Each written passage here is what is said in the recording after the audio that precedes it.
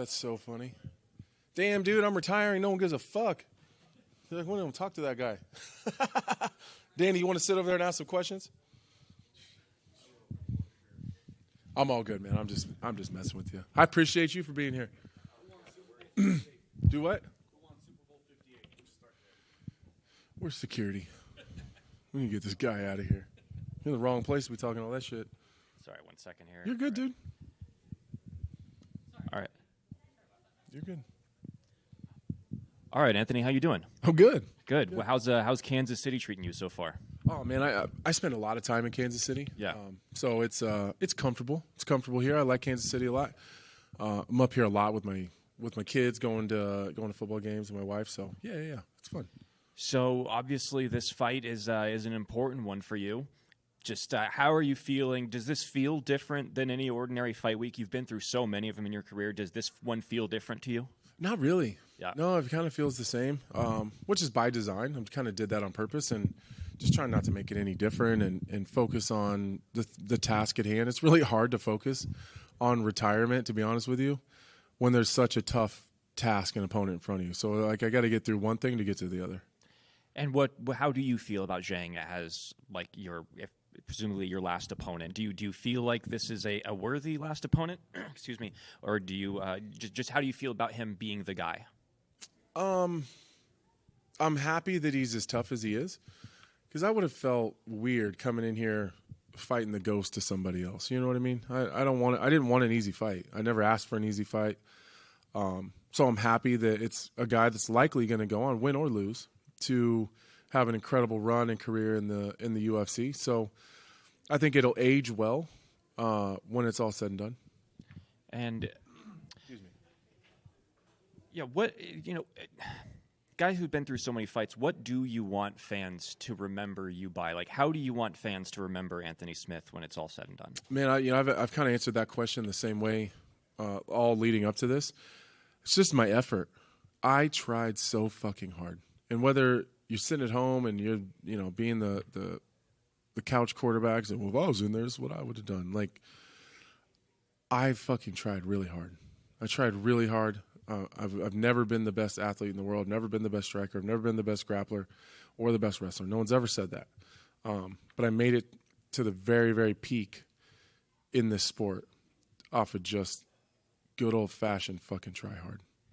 And have you thought at all about, like, anything that you're going to say on Saturday night? Do you have a speech prepared or anything like that, or are you going to go off the cuff? Like, have you thought about it? No, I'm just going to excuse me. I'm just going to speak from the heart and I guess tell the fans, kind of what they mean to me. This whole week has kind of been so far it's been a lot of fun. So, like, I work here too, so I get to see all my friends in the back, but it's in a different capacity than has been accustomed recently. So it's cool. I get it. Heidi Dean has been doing the same thing that she does right now with me since like 2011. So it's cool. Like, we kind of grew up with a lot of these people that are like the longtime employees here. So just being able to tell them thank you and what they mean to me has been a lot of fun. Yeah, what's the atmosphere been like just with the company as a whole this week? Have they been treating you any differently, or no? It's been fun. Nobody's walking on eggshells around you. No, and I can tell that, like, initially I think people are just like don't know what to say, but there's nothing to say. Yeah, there's nothing to say. It's a celebration. It's a celebration. I'm just happy it happened. I'm not prepared right now to be sad that it's over. Right. We'll worry about that on Saturday after Zhang and I get done the business we have to get done. That's when that part will come in. But right now, I finally made it to a spot where I'm allowed to be proud of myself, and I'm allowed to celebrate this almost 20-year journey. And I'm having a lot of fun. I know that you've been really honed in on your podcast that you do with Home of Fight. You subscribe? Yeah, well, of course. Hell yeah. But are you more looking forward to it now that you get the chance to, like, talk about fighting more than, just the aspect of the training and all of the grind on your body? Is this something that you really are looking forward to, is being like a content creator and being a podcaster and just going forward in that new career path? Yeah, for sure. And I'm excited that now that I'll have a little more time, I'll be able to branch out the podcast to a little bit broader, like a little bit broader audience than maybe just our MMA fans. because I do a lot of other things too. So right now I'm kind of handcuffed to the MMA stuff, which of course I love. It's my passion. But there's other conversations with other people that I want to have and just continue to grow the podcast. And it's so much fun, even if nobody's watching it. Like I have a lot of fun doing it and creating it and having my own little baby that I'm kind of working on and growing here. It's been a lot of fun, and Kelly does a really good job helping kind of manage my bullshit. But yeah, that's going to be a fun part of it for me. And last one for me, just in terms of like where UFC and MMA was when you came into the sport, when you joined the company, to where it is now, just what view do you have of where MMA and UFC is right now at this point in time? Entering your final fight, do you feel like it's in the best place it's ever been? What do you think needs to happen next for the company? Yeah, I mean, where the UFC as an organization is at the absolute peak of all professional sports, but in terms of where it is now compared to where it was when I started, listen, I was telling a story yesterday that when I first fought in Kansas City for the first time, I was an amateur. It was only a few fights into my amateur career.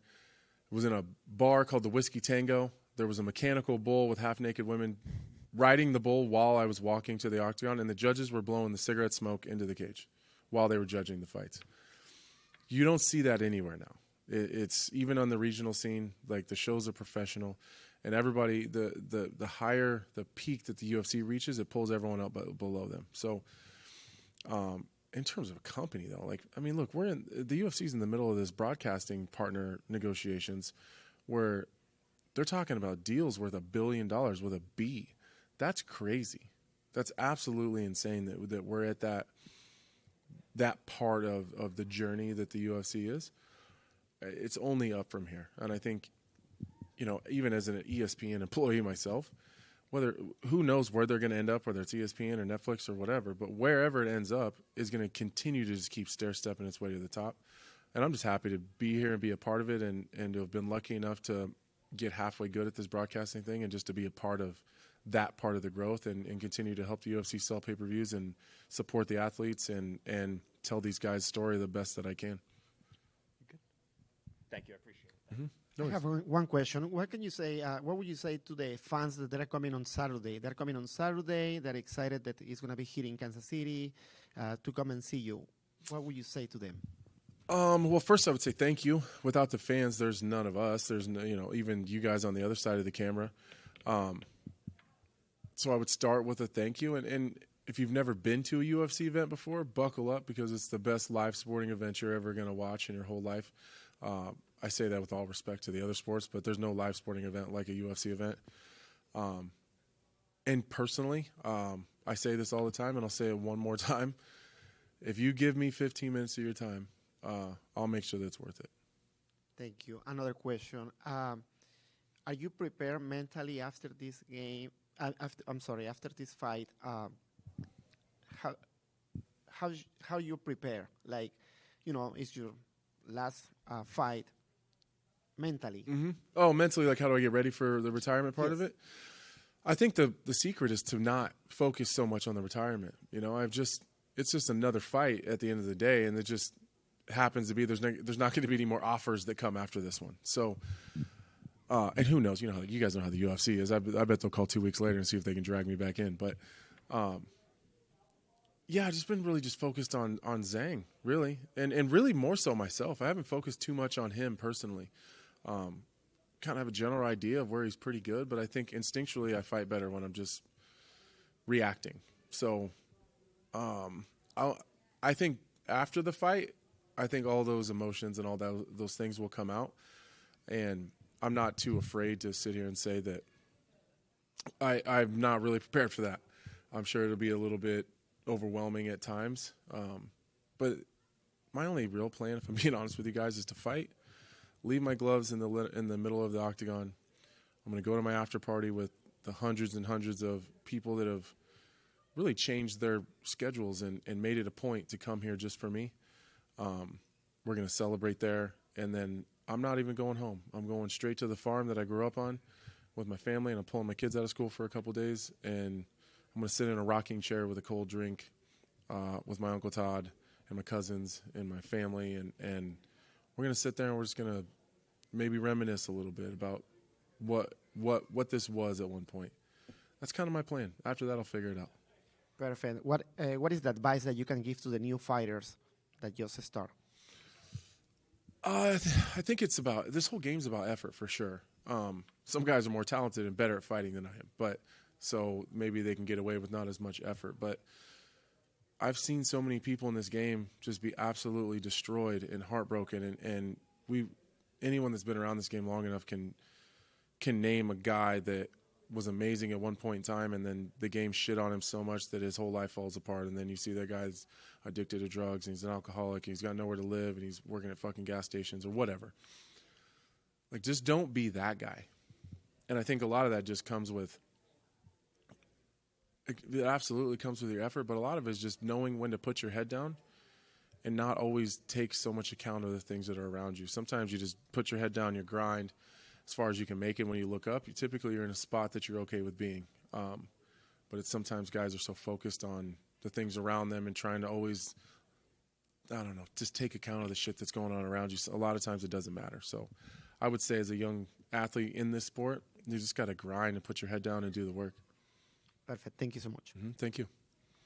Thank you, Anthony. Appreciate it. Perfect. Thanks, guys. I appreciate you. Seriously. Thank you.